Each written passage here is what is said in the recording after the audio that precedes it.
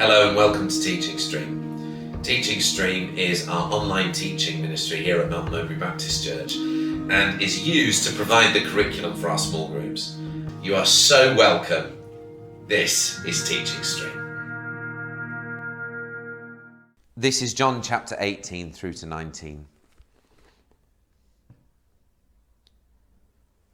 When he had finished praying, Jesus left with his disciples and crossed the Kidron Valley. On the other side there was an olive grove, and he and his disciples went into it. Now Judas, who betrayed him, knew the place because Jesus had often met there with his disciples. So Judas came to the grove, guiding a detachment of soldiers and some officials from the chief priests and Pharisees.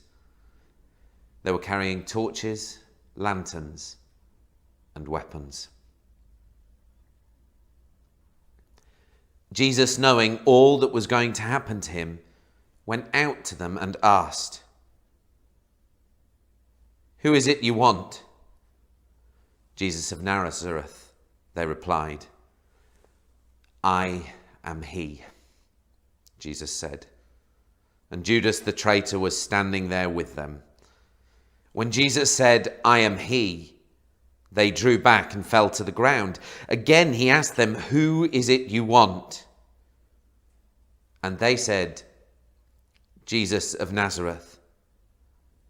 "I told you that I am he," Jesus answered. "If you are looking for me, then let these men go." This happened so that the words he had spoken would be fulfilled. "I have not lost one of those you gave me." Then Simon Peter, who had a sword, drew it and struck the high priest's servant, cutting off his right ear. The servant's name was Malchus. Jesus commanded Peter, "Put your sword away.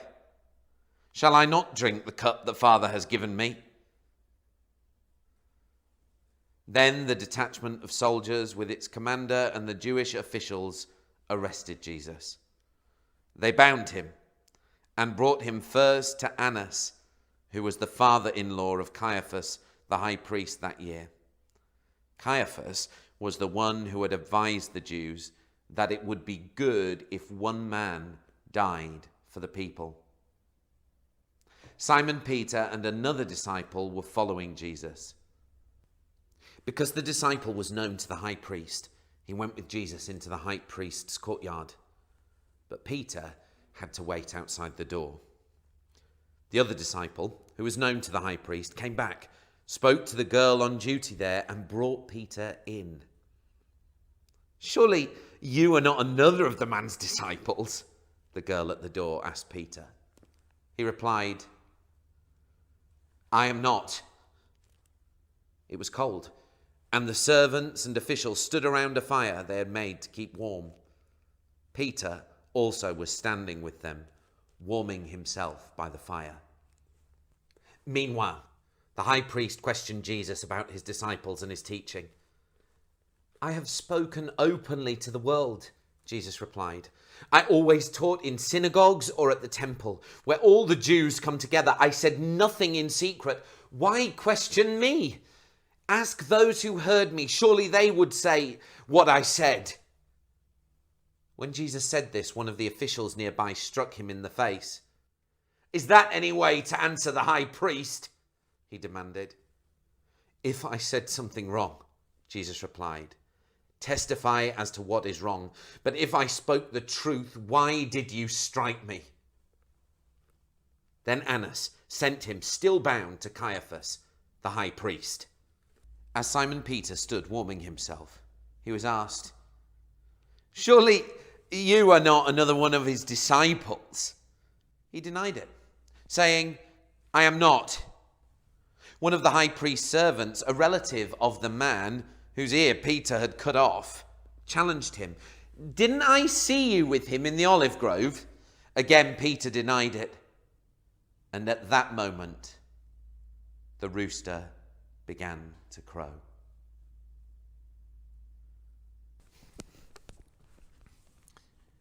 Then the Jews led Jesus from Caiaphas to the palace of the Roman governor.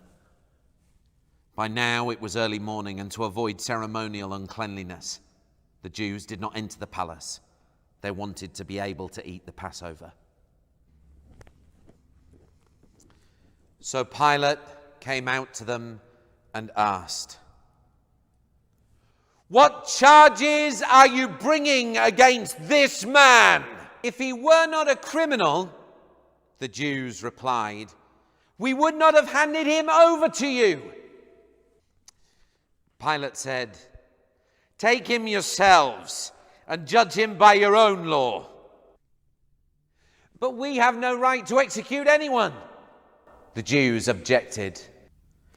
This happened so that the words Jesus had spoken, indicating the kind of death he was going to die, would be fulfilled.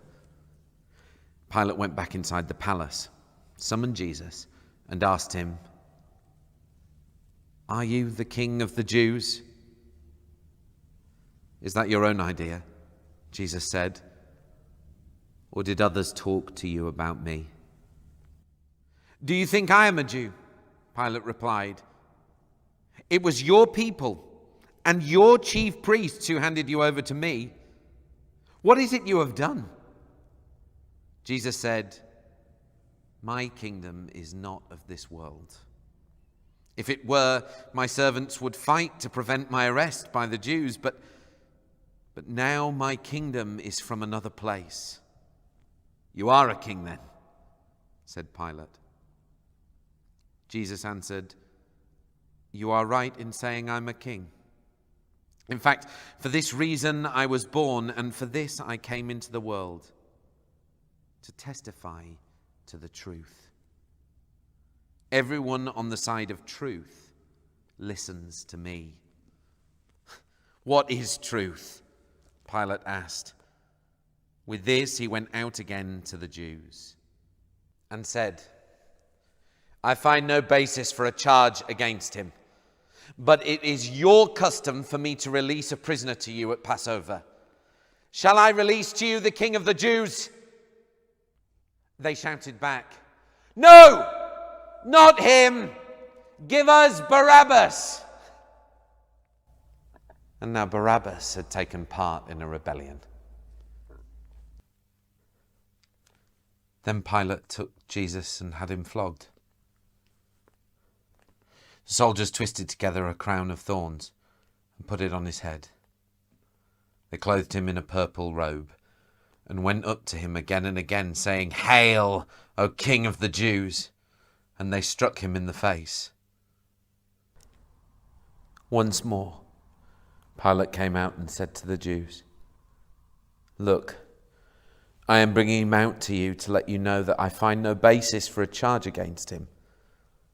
When Jesus came out, wearing the crown of thorns and the purple robe, Pilate said to them, "Here is the man." As soon as the chief priests and the other officials saw him, they shouted, "Crucify! Crucify!" But Pilate answered, "You take him and crucify him. As for me, I find no basis for a charge against him." The Jews insisted, "We have a law, and according to that law he must die because he claimed to be the Son of God." When Pilate heard this, he was even more afraid, and he went back inside the palace. "Where do you come from?" he asked Jesus, but Jesus gave him no answer. "Do you refuse to speak to me? Don't you realize I have power either to free you or crucify you?" Jesus answered, "You would have no power over me if it were not given to you from above. Therefore, the one who handed me over to you is guilty of a greater sin." From then on, Pilate tried to set Jesus free, but the Jews kept shouting, "If you let this man go, you are no friend of Caesar. Anyone who claims to be king opposes Caesar." When Pilate heard this, he brought Jesus out and sat down on the judge's seat at a place known as the Stone Pavement, which in Aramaic is Gabbatha. It was the day of preparation of Passover week, about the 6th hour. "Here is your king," Pilate said to the Jews. But they shouted, "Take him away! Take him away! Crucify him!" "Shall I crucify your king?" Pilate asked. "We have no king but Caesar," the chief priests answered. Finally, Pilate handed him over to them to be crucified. So the soldiers took charge of Jesus. Carrying his own cross, he went out to the place of the skull, which in Aramaic is called Golgotha. Here they crucified him, and with him 2 others, one on each side, and Jesus in the middle. Pilate had a notice prepared and fastened to the cross. It read, "Jesus of Nazareth, the King of the Jews." Many of the Jews read this sign, for the place where Jesus was crucified was near the city, and the sign was written in Aramaic, Latin, and Greek. The chief priests of the Jews protested to Pilate, "Do not write the King of the Jews, but this man claimed to be King of the Jews." Pilate answered, "What I have written, I have written." When the soldiers crucified Jesus, they took his clothes, dividing them into 4 shares, one for each of them, one undergarment remaining. This garment was seamless, woven to one piece from top to bottom. "Let's not tear it," they said to one another. "Let's decide by lot who will get it." This happened that the scripture would be fulfilled, which said, "They divided my garments among them and cast lots for my clothing." So this is what the soldiers did. Near the cross stood Jesus' mother, his mother's sister, Mary, the wife of Clopas, and Mary Magdalene. When Jesus saw his mother there, and the disciple whom he loved standing nearby, he said to his mother, "Dear woman, here is your son." And to the disciple, "Here is your mother." From that time on, the disciple took her into his home. Later, knowing that all was now completed, and so that the scripture would be fulfilled, Jesus said, "I am thirsty." A jar of wine vinegar was there, so they soaked a sponge in it, put the sponge on a stalk of the hyssop plant, and lifted it to Jesus' lips. When he had received the drink, Jesus said, "It is finished." With that, he bowed his head and gave up his spirit. Now it was the day of preparation, and the next day was to be a special Sabbath, because the Jews did not want the bodies left on the crosses during the Sabbath.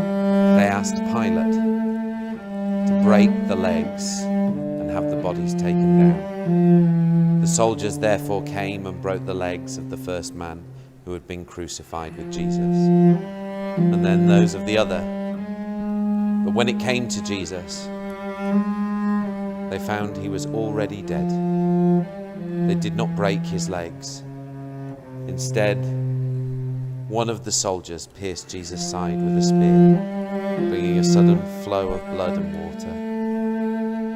The man who saw it has given testimony, and his testimony is true. He knows that he tells the truth, and he testifies so that you may also believe. These things happened so that the scripture would be fulfilled.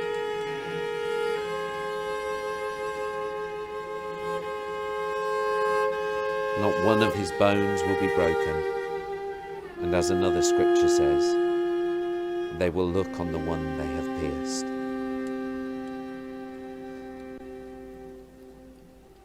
Later, Joseph of Arimathea asked Pilate for the body of Jesus. Now Joseph was a disciple of Jesus, but secretly, because he feared the Jews. With Pilate's permission, he came and took the body. He was accompanied by Nicodemus, the man who earlier had visited Jesus at night. Nicodemus brought a mixture of myrrh and aloes, about 75 pounds. Taking Jesus' body, the two of them wrapped it with the spices in strips of linen. This was in accordance with Jewish burial customs. At the place where Jesus was crucified there was a garden, and in the garden a new tomb, in which no one had ever been laid, because it was the Jewish day of preparation, and since the tomb was nearby, they laid Jesus there.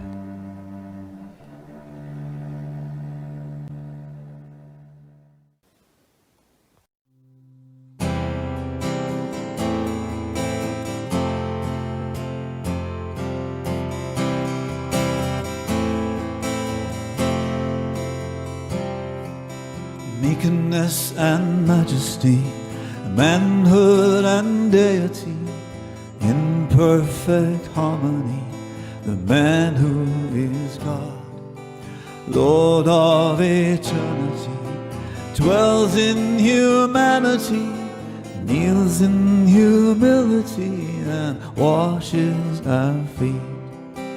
Oh, what a mystery! Meekness and majesty, bow down and worship, for this is your God, this is your God.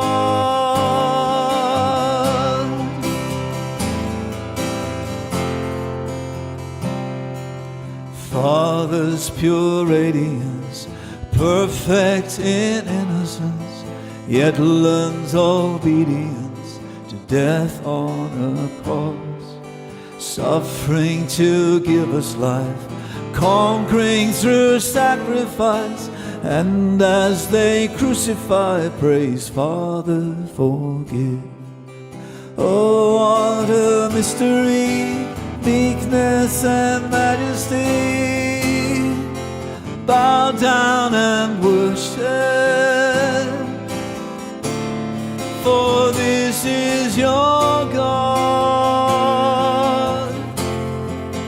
this is your God.